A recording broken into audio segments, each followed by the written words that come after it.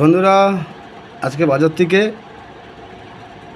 এটা 16 কিলো ওজনের একটা কাতলার থেকে আমার ভাগ্যে ছিল 750 গ্রাম। এই লাস্টের এই পেটিটুকুই ছিল।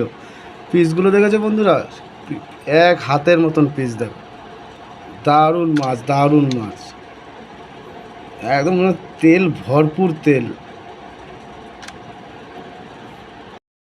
হলুদ আর লবণ ভালোভাবে মাখিয়ে নেব।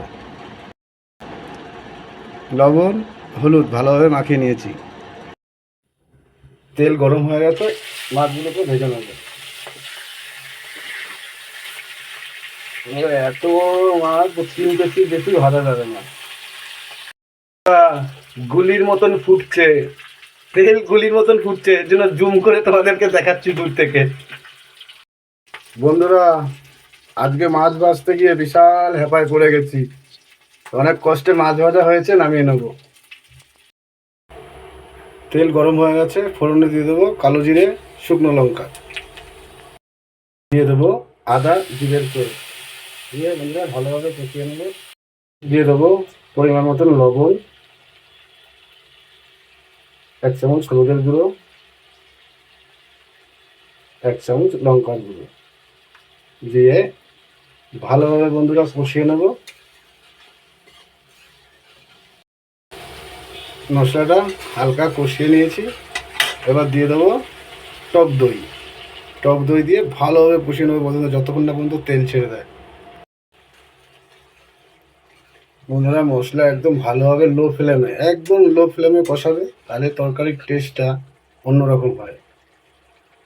মশলা ভালোভাবে কষানো হয়ে গেছে, এবার দিয়ে দেবো ভেজে রাখা মাছ। মাছ দিয়ে হালকা একটু নাড়াচাড়া দিয়ে দেবো, বড় মাছ তো একটু ভালো লাগবে।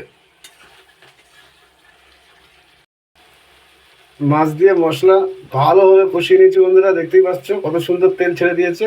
এবার দিয়ে দেবো সামান্য পরিমাণে জল, একদম গামাখা গামাখা করবো আজকের দই কাতলাটা।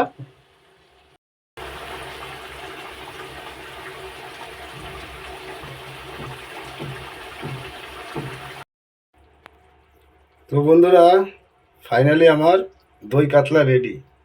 দেখেছো বন্ধুরা, কি দারুণ কালার এসছে। এবার একটু লেবুর রস দিয়ে নামিয়ে নেব। তো বন্ধুরা, আজকের এই দই কাতলা রেসিপিটা কেমন লাগলো অবশ্যই কমেন্টস করে জানাবে। আর এইভাবে একদিন বানিয়ে খেয়ে দেখবে, দারুণ মজার লাগে। তো বন্ধুরা, ভালো থাকবে, সুস্থ থাকবে, নিজের খেয়াল রাখবে, নিজের পরিবারের খেয়াল রাখবে।